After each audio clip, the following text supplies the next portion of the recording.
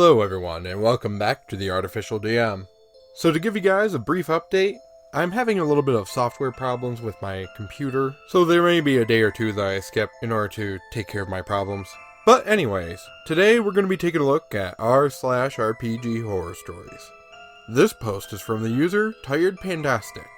A whole D&D community does its best to tear me down. Not about a singular game or campaign, but a community. I'm an artist and relative newbie to D&D. Been playing for what, a year and a half? And during the quarantine, I'm having to rely on my art skills to get some extra money, since my work's been complicated and in many cases halted. I'm a private English tutor. I'm Greek, located in Greece. I also haven't been playing with Greeks due to a lack of contact with people in the hobby, so I thought I'd kill two birds with one stone, and made the mistake of returning to Facebook. I thought that as a bonus, I could keep better touch with my half-sibling through it, as work demands and distance has been an issue. I found the Greek D&D community and joined, hoping to find some Greeks to play online with, and maybe a good place to advertise my commissions, banking on the camaraderie of my fellow Greeks, you know. If anyone's gonna help you in hard times, it's your own people, right? Oh, how wrong I was. I posted looking for group notifications, and got to talking with some potentials, just to find that most were entitled as all hell. Aggressively criticizing race and class combo choices, and suboptimal builds. Ridiculing my desires to write interesting backstories, disparaging my sometimes playing male characters when I'm a girl, ribbing me constantly for engaging in a male hobby, and other joys. And it got worse with my art. I posted a few personal pieces to see if the response was good, and sure, they fell over themselves to like them and say how good they were. But then I posted my commissions page, with some examples and the prices, and it all took a very sudden 180 turn. I wouldn't even take that as a character portrait for free! 60 euros for that? Bull crap! I've seen better works with more realism for better prices. Good try, but I certainly wouldn't give that much money for that crappy business. Someone posted their own art, which is really quite good and could be worth 50 plus euros. I don't know about better, but I wouldn't even charge 20 euros for this. But if the commissioner is demanding, once change is made and guides you every step of the way, then yeah, bleed 'em dry. He's describing the standard commission process, and yet acts like this is such an imposition. What am I, a mosquito? I'll give you 10 for the lizard. The lizard being a 20 euro custom token of a dragonborn I put as an example piece. Lol, I can get these off pictures for free. That piece took you 20 hours? You must not be very practiced then. And this went on for a couple of days. I gave up, took down everything I had posted. I'm still terrified they stole art anyway, because not all of it was watermarked, and quit the group.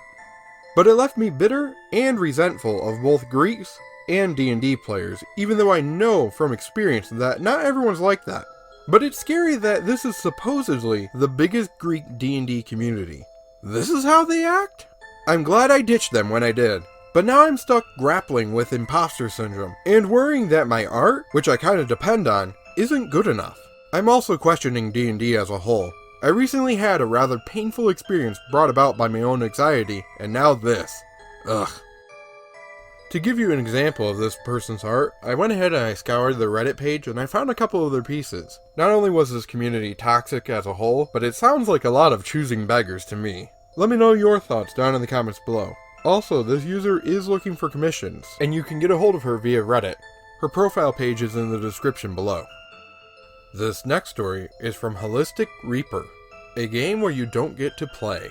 So it started with a poster on my college campus. LGBT D&D, contact this email if you're interested. Being queer myself, that seemed like a good thing to check out. I'd been DMing online for a while, but was feeling the itch to play as well. I would love an in-person table, but, well, finding a group where I can be open about my gender and sexuality is a risk. It seemed like a blessing. As you can assume, it wasn't. Honestly, it really did start out alright. The DM was sweet, a bit unclear on the rules as she had only run games casually for her family. But we started with a module. I tried to encourage her and give positive feedback and little tips on the rules when she couldn't remember them. No problems really.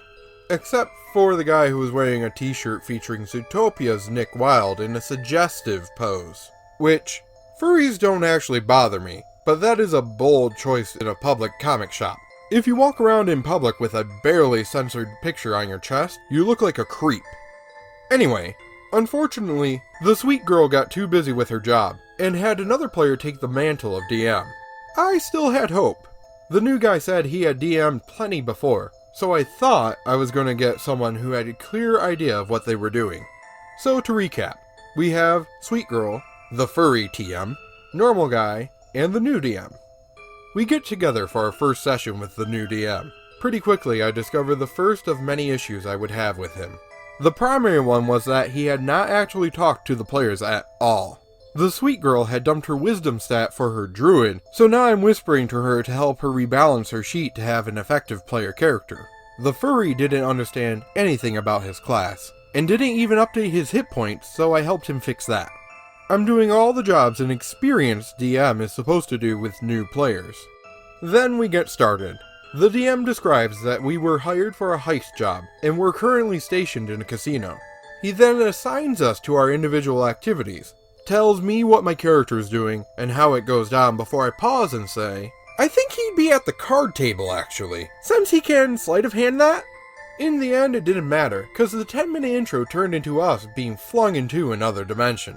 Next of the bad choices this DM made, the furry, who of course was playing a kitsune, whose backstory involved being part of a harem, perhaps inspired by his suggestive Nick Wilde shirt, got separated from us. A brand new player who didn't even know how to write down his own HP, and the first thing the DM does is split the party and put the newbie totally alone. The rest of us wake up in a bunch of jail cells. Cue another 15 minutes of the DM using his rich cast of NPCs to tell us the entire situation, instead of having us ask questions, roleplay, make skill checks. Just a long-winded info dump that has my eyes glazing over. We get out of the cells, free the NPCs, and oh, of course there's another cell at the back of the room with a mysterious figure inside. I know a plot hook when I see one. And knowing how the party not biting is troublesome for a DM just starting a campaign, I suggest we check it out. Party agrees, and we find the prisoner inside has a mask over his mouth. He can't talk, so we can't ask him questions. The NPCs have no information about him, so we take the mask off. The second he speaks, we're all charmed. At level 3, a 14 wisdom save wasn't high enough to save.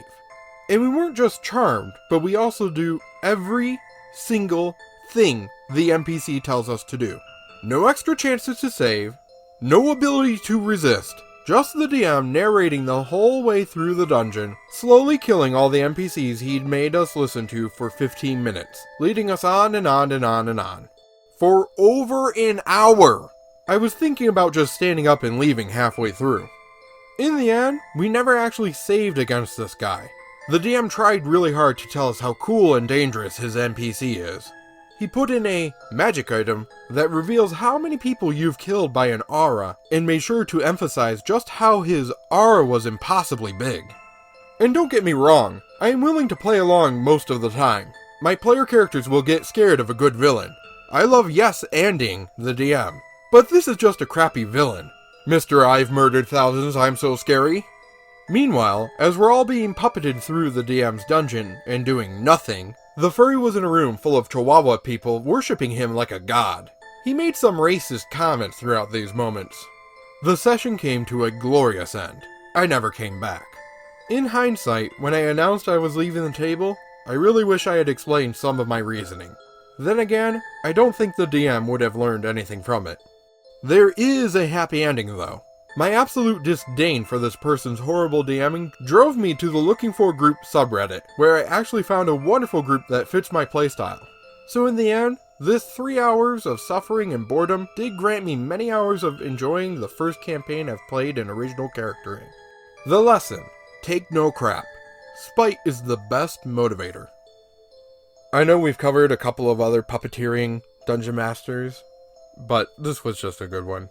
Not only was the DM puppeteering his players and, railroading with a wonderful I'm the most dangerous NPC. Ah. It just screams somebody who wants to tell a story and have people listen to him about his awesome, epic, anime hero-esque protagonist who can do all the cool things and beat everybody.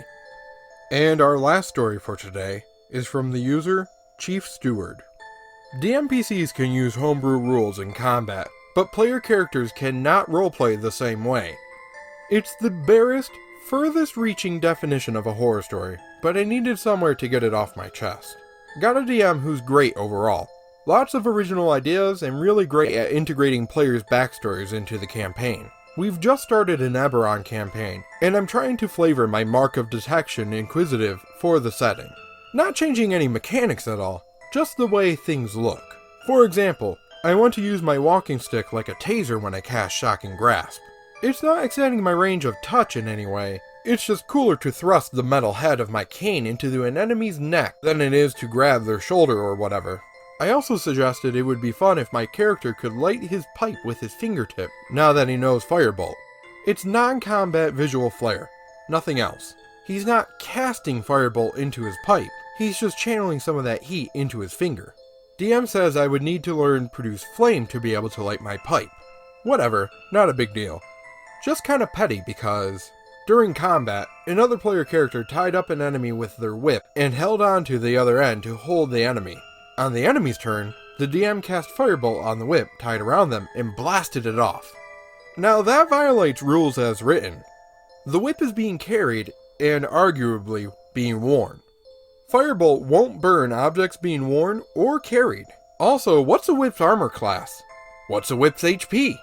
How did this enemy cast Firebolt on a whip tied around themselves without hitting themselves with it?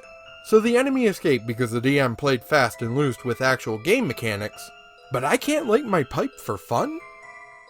I gotta say, anytime my players want to do something that won't break the game, but helps improve the game because it changes the way something physically would look, I encourage it. It's what makes the game interesting and fun to be able to flavor your characters and the way that you are interacting with the world that much better. And the poster has a great point of saying how the DM can get away with breaking the rules and bending the rules with a spell, but he can't even use a cantrip to be able to be like, I like my pipe. Poster's right. Pettiness is the word for it. Anyway, that should about do it for today. Be on the lookout pretty soon. I've got a couple of videos coming out that are not RPG horror stories, but it will be Dungeons & Dragons related. So if you want to see that, be sure to hit the subscribe button. Until next time, hope you feel inspired.